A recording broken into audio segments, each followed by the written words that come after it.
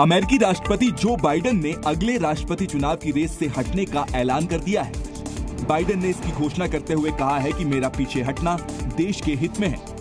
साथ ही बाइडेन ने डेमोक्रेटिक उम्मीदवार के तौर पर उपराष्ट्रपति कमला हैरिस को चुनने का समर्थन किया। कमला हैरिस ने खुद को डेमोक्रेटिक उम्मीदवार बनाए जाने पर खुशी जाहिर की है। साथ ही जो बाइडेन का धन्यवाद भी किया है। The biggest twist yet in the race to the White House. U.S. President Joe Biden has finally called it quits as a Democratic contestant. He won't stand for re-election and he has named Vice President Kamala Harris to lead the Democratic Party's ticket against Donald Trump. जो TV debates हैं उसमें वो साफ हारते हुए दिख रहे थे और गंदा हारते हुए दिख रहे थे। बिल्कुल रुला दिया था, अच्छा इंसल्ट की थी।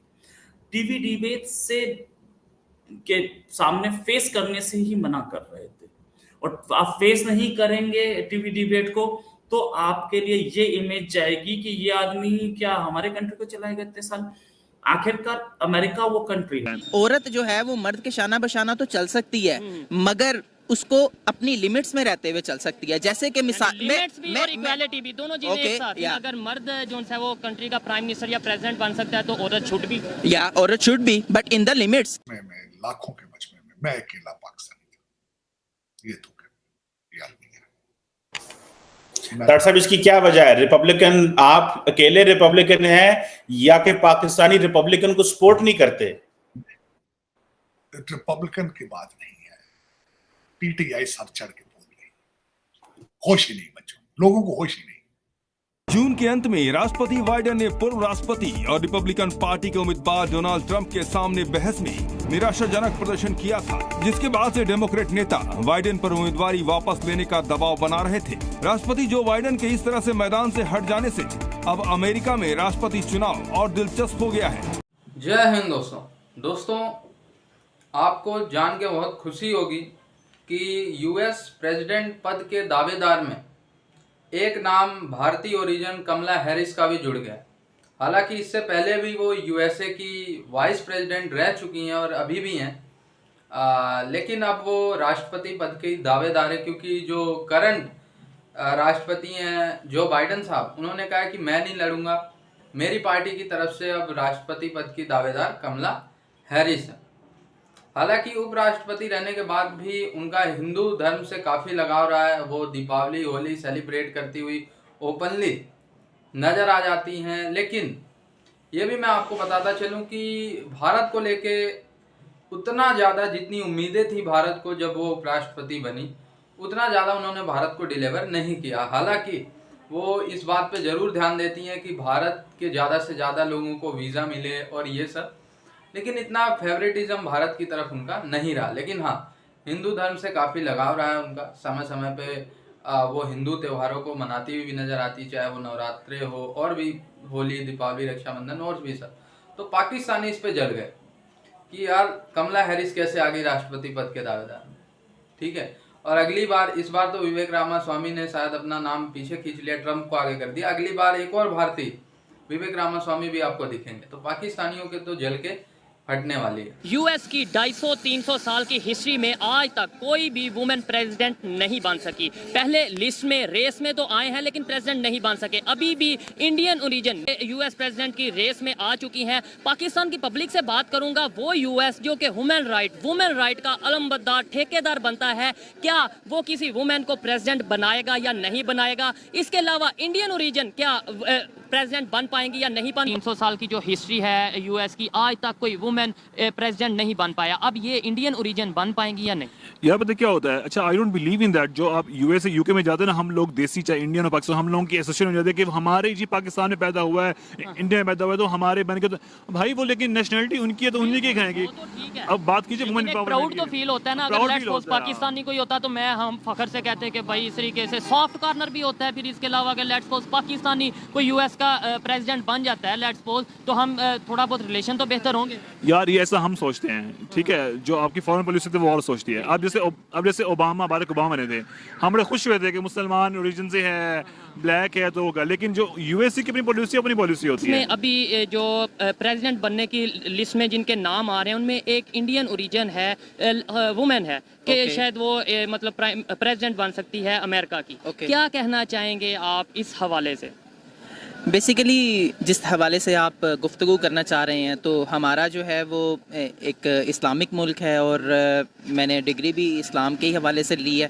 तो मैं इसके ऊपर अपना मौक़िफ़ तो ये देना चाहूँगा कि वुमेंस को जो है वो लीड करना, ये इससे बढ़कर बेहतर ये है कि मर्द उसको लीड करना चाहें। एक नेशन को लेकर चलना बहुत बड़ी बात होती है। तो एक नेशन को, आपको नहीं लगता कि कोई खातून भी या कोई औरत या कोई वुमेन एक नेशन को लेकर चल सकती है? जैसे मतलब लेट्स सपोज अगर कोई बिजनेसमैन है तो इसका मतलब ये है कि वो सोसाइटी में साथ काम कर सकता है। अगर कोई बिजनेस वुमेन है तो वो भी एक सिंबल है कि यार ये खवातीन मर्द के साथ, औरतें मर्द के साथ काम कर सकती हैं इक्वालिटी बेस पर। बेशक, तो फिर वो एक सिंबल था कि भाई तो फिर प्राइम मिनिस्टर क्यों नहीं, पॉलिटिशियन क्यों नहीं बन सकती खातून? बेशक में किसी नेशन को लीड नहीं कर सकती औरत।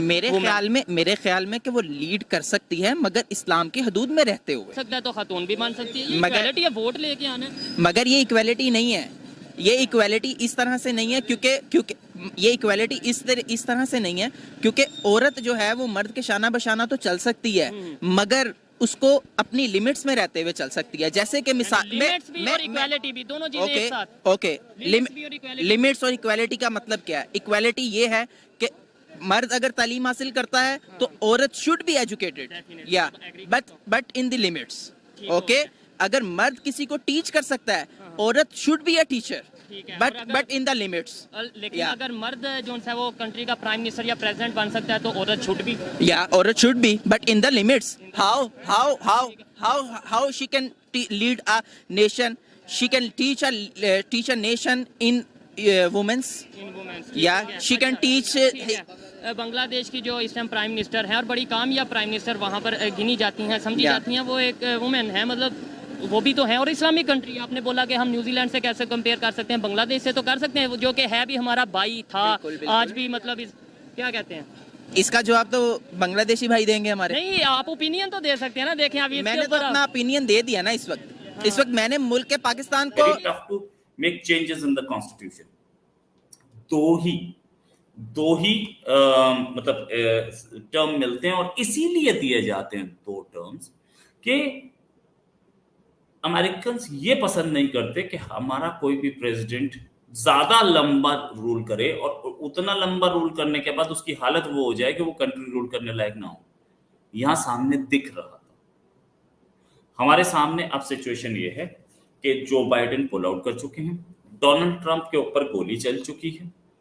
मतलब मैं ये पाकिस्तान के इलेक्शन नहीं बता रहा हूं, मैं अमेरिका का बता रहा हूं, ठीक है। एक कैंडिडेट पे गोली चल चुकी है, दूसरा कैंडिडेट वो अपना मैदान छोड़ के भाग गया है, बोला मेरी वाइस प्रेसिडेंट है, इसको लड़वा लो, ठीक है। ये वर्ल्ड की लार्जेस्ट डेमोक्रेसी है ना, ये इंडिया का इलेक्शन है भाई साहब। ये मैडम जो है कमला हैरिस, अच्छा इंडिया का टच तो है सर, इंडिया का टच तो आ गया है ना, इंडियन नहीं है मगर इंडिया का टच तो है। इनकी पॉलिसी इंडिया के लिए बहुत अच्छी नहीं है। जो बाइडेन को थोड़ा बहुत भी सपोर्ट अगर पहले था तो अब वो कमला हैरिस के टाइम पे नहीं होगा। Indian diaspora in America will prefer to vote for Trump rather than this lady. ऐसा हमें पता लगता है क्योंकि इंडियन डायस्पोरा में ये बहुत पॉपुलर नहीं है और इन्होंने भी कभी अपने आप को क्लेम नहीं किया कि मैं इंडियन हूँ, सच बात ये। अच्छा, या मैं इंडियन ओरिजिन की हूँ, तो इनका भी मतलब जो भी है, इनसे प्राइम मिनिस्टर मोदी के रिलेशंस कैसे रहेंगे, we have no idea. Prime minister के जो बाइडेन से भी रिलेशंस अच्छे थे और उससे पहले वाले ट्रंप से भी अच्छे थे और उससे पहले ओबामा से भी अच्छे थे। Next prime minister is on the cards most likely. अभी तक का गोली चलने के बाद, ट्रंप पर गोली चलने के बाद वो 2 इंच से ही तो बची है, 2 इंच भी नहीं है। अगर गोली थोड़ा सा इस तरफ होती, जो कि लगाई बड़ी सटीक थी, बिल्कुल सही, उसने निशाने पर मारा था और बहुत दूर से मारा था उसने, इतने निशाने पर गोली लगी है। और क्या बोलते हैं, आज ही की खबर है कि ट्रंप की सिक्योरिटी नहीं बढ़ाई जाएगी। पहली चीज तो ट्रंप किस्मत बोलिए, भगवान की बहुत बड़ी किस्मत थी कि बच गए, वरना ही बचने भी नहीं थे।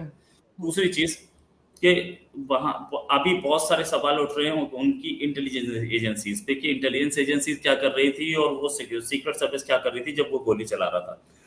किसी आदमी ने आके बताया भी कि देखो रिवॉल्वर लेके खड़ा हो, पर तो उस पर एक्शन क्यों नहीं हुआ उस समय। फिर उसके बाद गोली चलाने के कुछ देर बाद एक्शन हुआ, 7 गोलियां मारी अगले ने, 7 गोलियों तक वेट किया गया, तो कहीं ना कहीं गड़बड़ थी। मैं फिर एक चीज और भी थी, सॉरी हम बात काट रही हूँ, लेकिन एक चीज और भी बताई गई, वो ये कि ट्रम्प जो है वो काफी टॉल हैं, 6 फीट से ज्यादा हैं, और उनके जो गार्ड्स हैं वो सारे 5-5 फुट के रखे गए।